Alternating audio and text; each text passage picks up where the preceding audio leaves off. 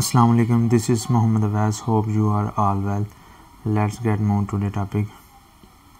Today topic is what is company and corporation. कि company और corporation क्या चीज़ है और what is difference between company and corporation और company और corporation में क्या difference है. इन दोनों चीज़ों को, इन दोनों टॉपिक्स को आज हम इस वीडियो में डिटेल से चेक करेंगे.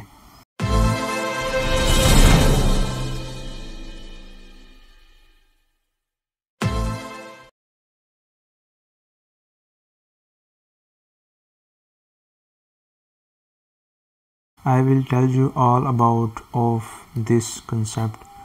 मैं इन दोनों चीज़ों को इस वीडियो में डिटेल से आपको बताऊंगा और प्रॉपरली गाइड करूंगा. मगर आप अपनी भी जो आपकी सर्च का एलिमेंट है वो आप उसे जारी रखिएगा. आप कभी भी किसी भी एक पर्सन के ऊपर कभी रिलाय ना रहें कि वो जो भी बता रहा है वो बिल्कुल करेक्ट और सही बता रहा है. आप मुख्तलिफ जगह से, मुख्तलिफ वेबसाइट से, मुख्तलिफ पर्सन से आप वो डाटा को कलेक्ट करें और उनको आपस में कंपेयर करें और फिर ही किसी नतीजे पर पहुँचे कि हाँ ये जो आदमी बता रहा है ये बिल्कुल ठीक बात बता रहा है. आपका ये जो सर्च एलिमेंट है ये हर बंदे के अंदर होना चाहिए. अगर आपने कोई भी ऑनलाइन बिज़नेस करना है या आपने कोई फ़िज़िकल बिज़नेस करना है तो ये चीज़ आपके पास होनी चाहिए, ये एलिमेंट आपके अंदर होना चाहिए. तो चलते हैं फिर अपने टॉपिक की तरफ. So let's start this. Number 1 पे है what is company and corporations.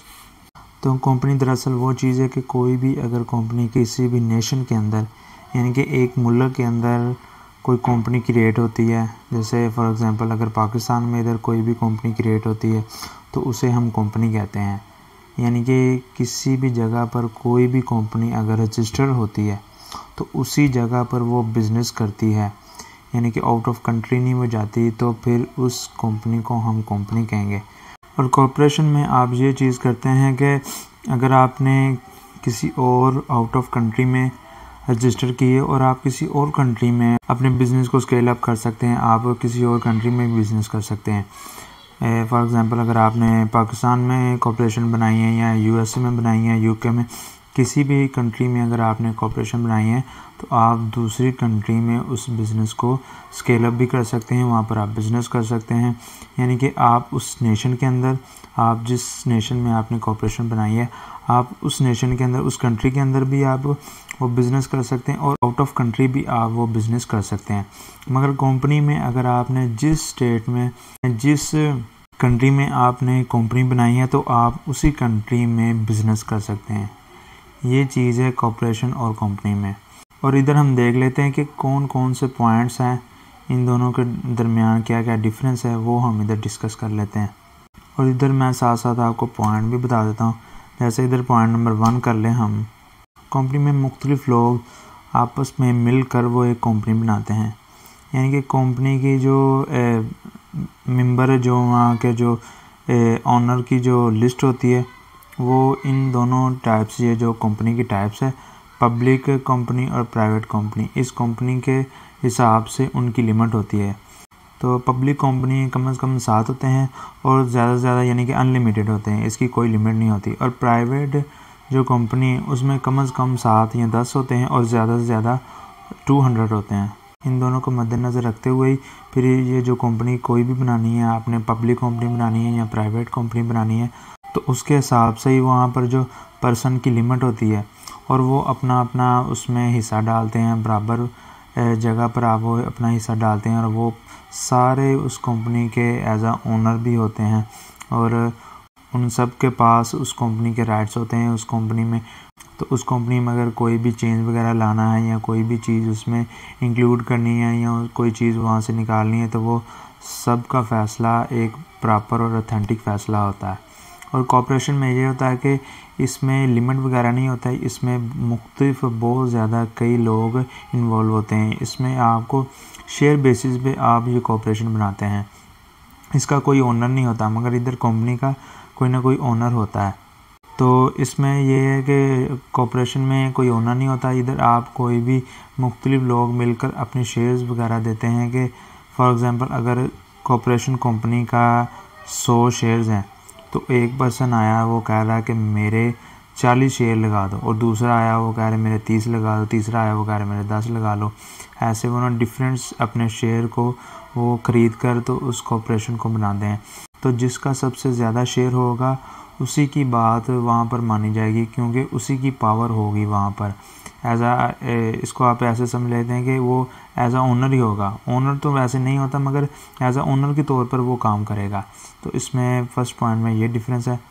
और सेकंड पॉइंट में ये है कि कंपनी की जो रजिस्ट्रेशन का एक्ट है ना, वहाँ पर जो लॉ है वो डिफरेंट होता है, यानी किसी और लॉ के तहत वो जो कंपनी क्रिएट होती है, और जो कॉर्पोरेशन होती है वो किसी और डिफरेंस लॉ के तहत वो कॉर्पोरेशन क्रिएट होती है। इन दोनों के जो एक्ट है वो डिफरेंस होते हैं। और पॉइंट नंबर 3 में ये है कि कंपनी को बनाने के लिए आपको कम से कम अमाउंट की ज़रूरत होती है, और कॉर्पोरेशन बनाने के लिए आपको बहुत ज़्यादा अमाउंट की ज़रूरत होती है। तो ये भी पॉइंट है कि आप कंपनी को इजीली क्रिएट कर सकते हैं, मगर कॉर्पोरेशन के लिए आपको करोड़ों की जो अमाउंट वगैरह चाहिए होती है। पॉइंट नंबर 4 में ये है कि जो आप कंपनी है वो आप इजीली आसानी के साथ इजी वे में आप इसे चला सकते हैं, मगर कॉर्पोरेशन में बहुत ज़्यादा कॉम्प्लिकेशन है, क्योंकि वहाँ पर ओनर वगैरह की कोई डिटेल वगैरह नहीं होती। तो वो उसमें जितनी भी कॉम्प्लिकेशन है वो सबको साथ लेकर कॉर्पोरेशन ये भी होता है ना कि ये आउट ऑफ कंट्री भी होता है कि किसी और कंट्री में काम कर रहे, किसी और कंट्री में कर रहे हैं, तो वहाँ के जो टैक्स के मामलात हैं उन्हें भी वो फेस करना होता है, और साथ साथ जो उनके शेयर होल्डर है उसके हिसाब से भी फिर वो उनके जो प्रॉफिट वगैरह है या कोई भी नुकसान वगैरह होता है तो फिर वो शेयर के हिसाब से डिवाइड करके, इसलिए इसमें बहुत ज़्यादा कॉम्प्लिकेशन है। और जो कंपनी है उसमें ईजी वे है कि जितने आपके मेंबर है उस हिसाब से फिर वो सारा प्रोसेस चलता है। पॉइंट नंबर 5 में ये है कि कंपनी में अगर आप कोई भी प्रोडक्ट्स सेल कर रहे हैं तो आप सिर्फ उस कंट्री में वो प्रोडक्ट्स जितने भी आप सेल करें वो सिर्फ उसी कंट्री में आप सेल कर सकते हैं। और कॉर्पोरेशन में यह है कि अगर कोई भी प्रोडक्ट्स आप सेल कर रहे हैं तो वो आप आउट ऑफ कंट्री भी सेल कर सकते हैं और उसी कंट्री में भी सेल कर सकते हैं जहां आपने कॉर्पोरेशन बनाया। ये आप ऑल ऑफ द वर्ल्ड किसी भी कंट्री में आप बिज़नेस कर सकते हैं कॉर्पोरेशन को क्रिएट करने के बाद। तो आप अपने प्रोडक्ट्स किसी भी कंट्री में सेल कर सकते हैं, आप उसी कंट्री में जहाँ पर आपने बनाई वहाँ पर भी आप सेल कर सकते हैं।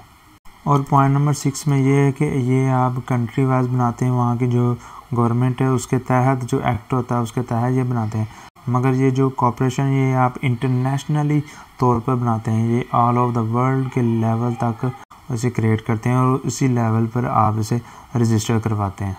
और पॉइंट नंबर 7 में कंपनी के जितने भी टैक्स वगैरह है वो आप इजीली पे कर सकते हैं, उसमें इतनी कॉम्प्लिकेशन नहीं है। उधर आपको सेल्स टैक्स, इनकम टैक्स वगैरह ये इजी आप ना वहाँ पर टैक्स वगैरह पे कर सकते हैं। मगर कॉर्पोरेशन में ये है कि कॉर्पोरेशन में आप जो टैक्स के मामलात है वो बहुत ज़्यादा कॉम्प्लिकेशन है। वहाँ पर आपको कंपनी के टैक्स के साथ साथ दूसरे टैक्स भी आप इंडिविजुअली तौर पर भी जो अपने टैक्स वगैरह उसे भी वहाँ पर पे करते होते हैं। वो आप ड्यूल टैक्सेशन वहाँ पर पे करते हैं। एक तो आप इंडिविजुअली तौर पर भी आपने वहाँ पर टैक्स पे करना होता है और दूसरा आप कंपनी के बिहाफ पर भी आपने उधर टैक्स वगैरह पे करना पड़ता है। यानी कि अगर आप किसी एक कंपनी के या कॉर्पोरेशन के आप सबसे ज़्यादा मोस्ट शेयर होल्डर हैं तो वो आप अपने उस शेयर्स के हिसाब से जो आपका टैक्स बनता है वो आप फाइल करेंगे और आप अलहदा से एज अ कंपनी के तौर पर या ओनर के तौर पर आप फिर वो अलहदा भी अपनी जो टैक्स का मामला वो भी पे करते हैं। यानी कि इसमें टैक्स की कॉम्प्लिकेशन बहुत ज़्यादा है और कंपनी में इतनी कॉम्प्लिकेशन वगैरह नहीं है टैक्स को लेते हुए। और पॉइंट नंबर 8 में ये है कि कंपनी के लिए आपको कैपिटल कम की ज़रूरत होती है। ये कंट्री वाइज या नेशन वाइज डिपेंड करता है कि वहाँ पर कितनी आपको कैपिटल चाहिए। कैपिटल क्या चीज़ है? कैपिटल वो चीज़ है कि अगर आपने कोई भी कंपनी क्रिएट की है तो उस कंपनी अगर आपकी वो कंपनी डूब रही है, नुकसान में जा रही है, तो उसको बचाने के लिए जो आपका ज़ाती असासा होता है, कोई भी चीज़, अगर आपके पास पैसे हैं, अगर आपके पास कोई चीज़ है जिसकी कोई ना कोई वैल्यू होती है तो वो आपकी ज़ाती होनी चाहिए। यानी कि अगर कंपनी के ऊपर कोई कर्जा वगैरह आता है या कंपनी डूब रही है तो फिर आप अपनी ज़ाती असासे को यूज़ करते हुए कंपनी को बचाते हैं। तो वो जो ज़ाती आपकी चीज़ होती है, चाहे वो पैसे हो या कोई भी चीज़ हो, मगर हो वो आपकी खुद की वो ज़ाती हो, तो उसे कैपिटल कहते हैं।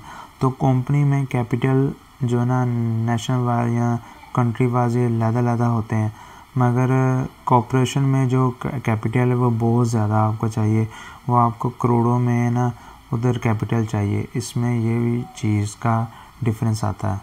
तो ये मेन डिफरेंस है कॉर्पोरेशन में और कंपनी में। उसके अलावा फिर इधर कंपनी की टाइप्स आ जाती है, a public company, private company, फिर इधर कॉर्पोरेशन की टाइप्स आ जाती है, सी कॉर्पोरेशन, एक्स कॉर्पोरेशन, तो नॉन प्रॉफिट कॉर्पोरेशन एलएलसी आ जाती है। और इन चीज़ों को हम नेक्स्ट आने वाली वीडियो में डिस्कस करेंगे और डिटेल से डिस्कस करेंगे। होपफुली आपको ये वीडियो पसंद आई होगी। तो आप मुझे इजाज़त दें और अपना बहुत ज़्यादा ख्याल रखिएगा। अल्लाह हाफिज़।